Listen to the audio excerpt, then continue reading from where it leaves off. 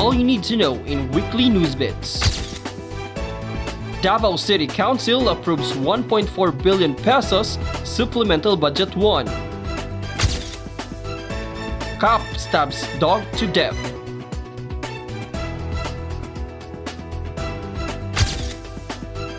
Cultural misappropriation looms Sindac performers. Former Environment Secretary Gina Lopez passes away at 65.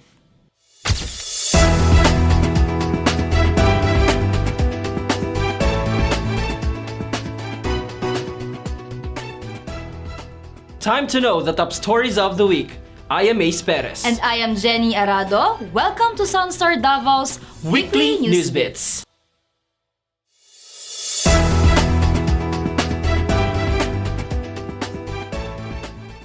The 19th Davao City Council approved on Tuesday, August 20, the 1.4 billion pesos Supplemental Budget 1. Here's Ralph Yamit for the story. The 19th City Council passed the 2019 supplemental budget of the City Government of Davao, wherein portions of the funds will be used for the bonus of some 2,585 regular employees and officials of the local government. The approved budget, worth 1.4 billion pesos, is the excess of unutilized annual city budget. Councilor Danilo Dayanghirang said that 33 million pesos will be allocated for the regular city employees on performance-based.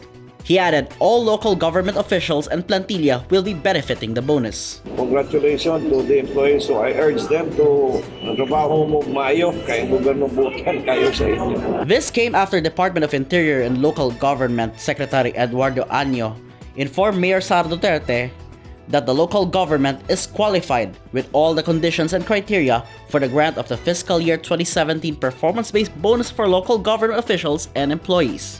The councilor said the city government, through the Human Resource Management Office, will do the assessment in accordance to the guidelines set by the Civil Service Commission and DILG.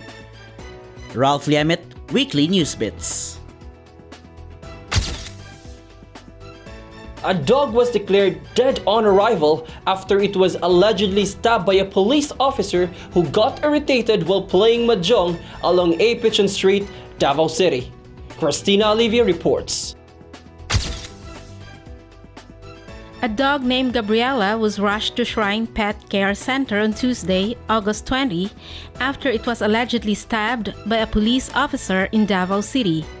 In an interview with Gingay Faune of Pet Avenue, a group of individual animal rescuers, she said the dog was pronounced dead upon arrival. She shared a police officer who was visitor in the area was playing mahjong. He got irritated after he lost in the game, then vented his anger towards the dog.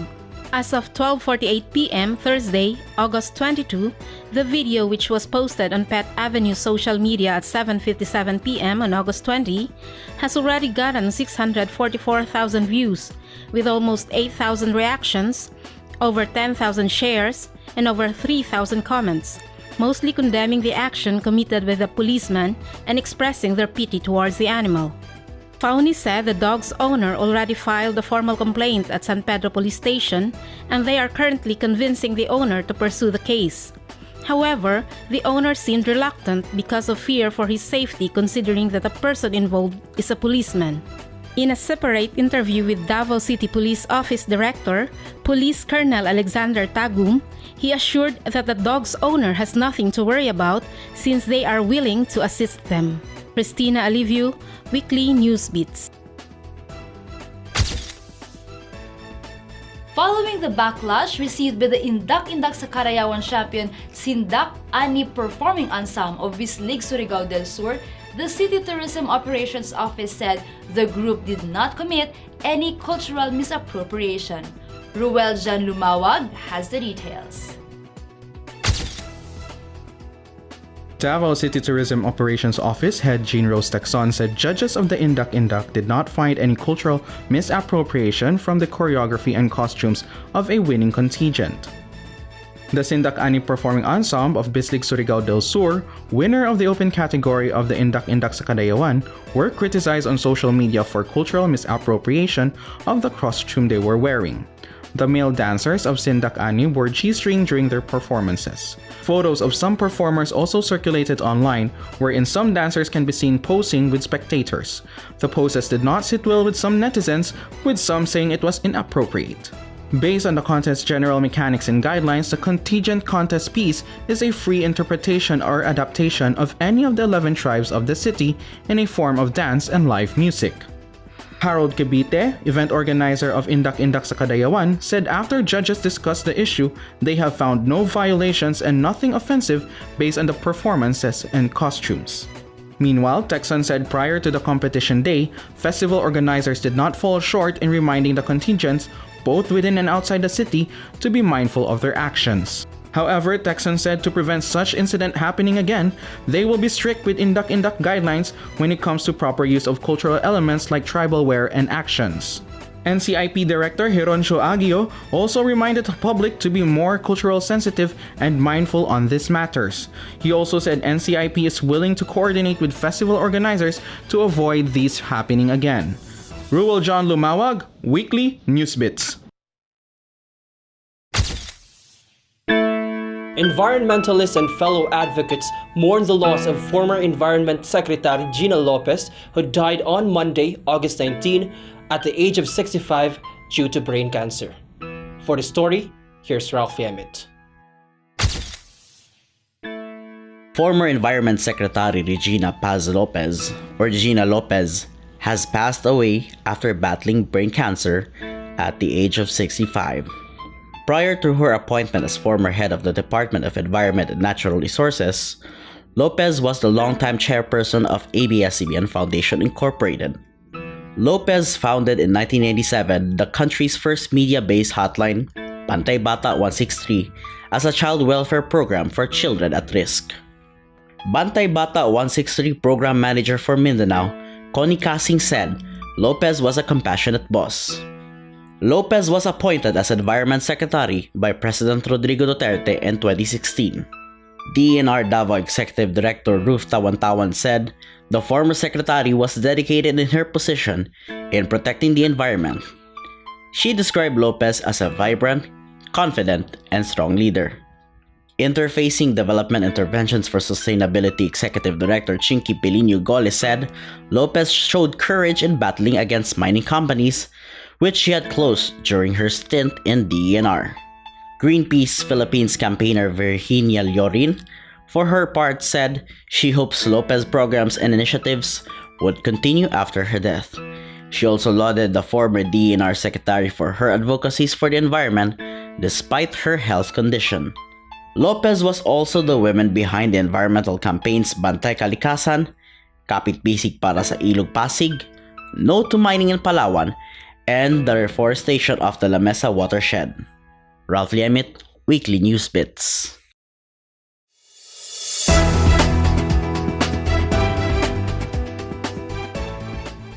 In business news, Cacao Industry Development Association of Mindanao, or SIDAMI, has raised concern over Davao City's lack of quality cacao. Laika Casamayor for the details. Despite being dubbed as the country's cacao capital, Davao City still struggles in producing quality and fine cacao beans. SIDAMI President Val Turtur said they are doubling their effort in educating farmers on producing quality cacao. Double time kami mag-educate sa farmers because marami naman cacao but the problem is kulang yung quality cacao. And we're looking for quality because the price is much higher. Of the two kinds of cacao that are being sold to cacao processors, ordinary cacao beans and fine cacao beans, Turtur said they are pushing to produce more fine beans as its price is 30 to 50% higher than the ordinary beans.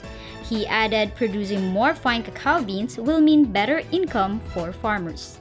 With the appointment of the new Agriculture Secretary William Dar, Turtur said the cacao stakeholders are hoping for the industry to be one of the priority areas. Dar will grace the Cacao Summit on Saturday, August 24 at Grand Regal Hotel, where around 800 to 1,000 cacao farmers are expected to attend. Importance of producing quality cacao beans along with the need for farmers' trainings, additional processors, and other facilities are some of the key points to take center stage during the summit. Laika Casamayor, Weekly Newsbeats.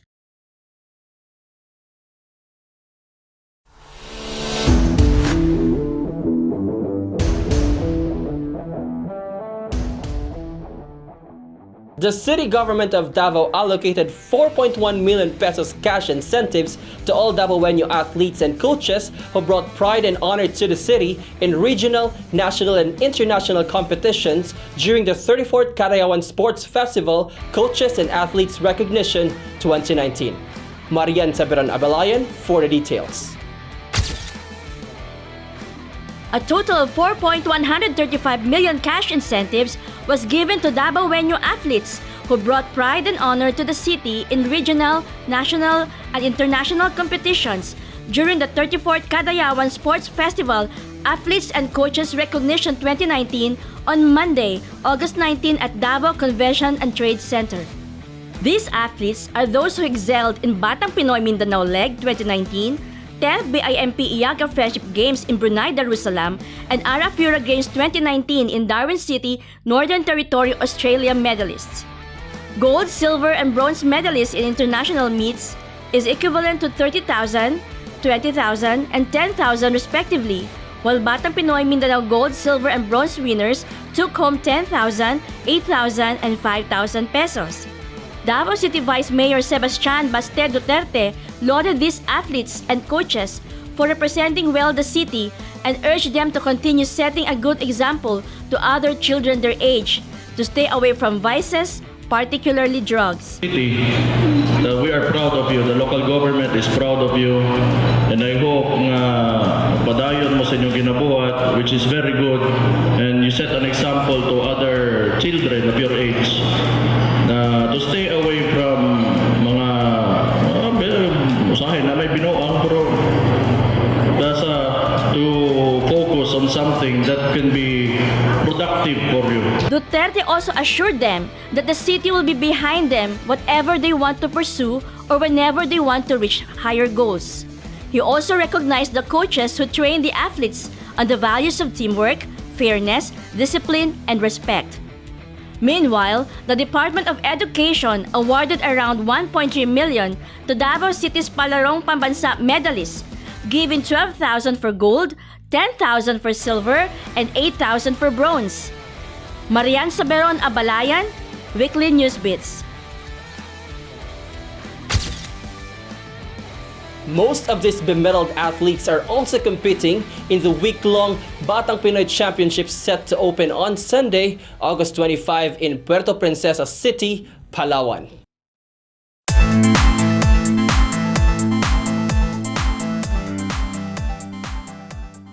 Another Davaoeña beauty bagged a national title, Mutya Pilipinas 2019 Asia Pacific International. For the details, here's Julia Trevita. Davaoeña beauty Cliza Castro, 19, was crowned Mutya Pilipinas 2019 Asia Pacific International at the Mall of Asia Arena in Pasay City on August 18, besting 39 other candidates. Castro, who is also the reigning title holder as Mutya ng Barangay Maa, is a student of Ateneo de Davao University. Her winning answer tackles about women being typecast as a weaker gender and have potentials limited to the household, but have transcended the stereotypes in this generation to becoming women leaders who are strong and empowered. Meanwhile, April Short of Zamboanga City was crowned as the new Mutya Pilipinas 2019 World Top Model Philippines, while Cyril Payumo of Pampanga was the first runner-up and Maxine Rangel of Batangas was the pageant's second runner-up. Castro's glam team is composed of designer Neil Patrick Gimlani, makeup artist Rodney Noel Barquez, hairstylist Philip Mundido, stylist Jay Ibay, and her manager Lucky Santos. Castro will represent the country in the Miss Asia Pacific International and will be aiming for a back-to-back win for the Philippines. Julia Trevita, Weekly Newsbeats. The Carayawan fever is still on, and for the past weeks, the city was able to pull off successful festival-related events that showcase the city's talents, bountiful harvest, and rich culture. In case you missed it, here's a recap of recently concluded Carayawan events.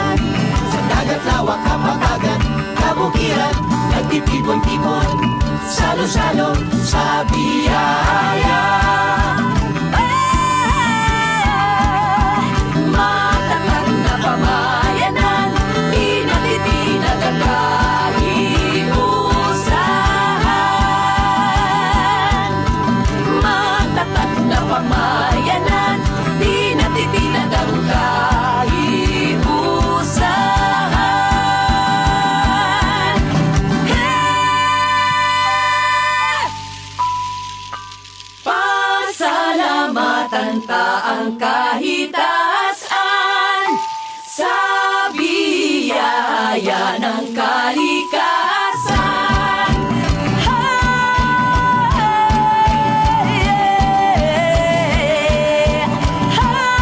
Kagayawan, kasaulugan, kasaganaan ng pamayanan, kahirusahan, natutanan, napulog, usang kaliwakan, sa dagat lawak kapatagan, kaukiran, nagtitipon-tipon. Congratulations to all the participants and winners of Kadayawan 2019. Happening tonight is Tunog Kadayawan, a songwriting competition at Matina Town Square, while other highlights of the festival like Pitik sa Kadayawan, a drum beating competition, and Pamulak sa Kadayawan, a floral float parade, will be happening on Saturday, August 24. Mag-iban-iban ta sa pagsaulog sa Kadayawan sa Davao. Let's take another look of this week's top stories. Davao City Council approves 1.4 billion pesos Supplemental Budget 1. Cop stabs dog to death.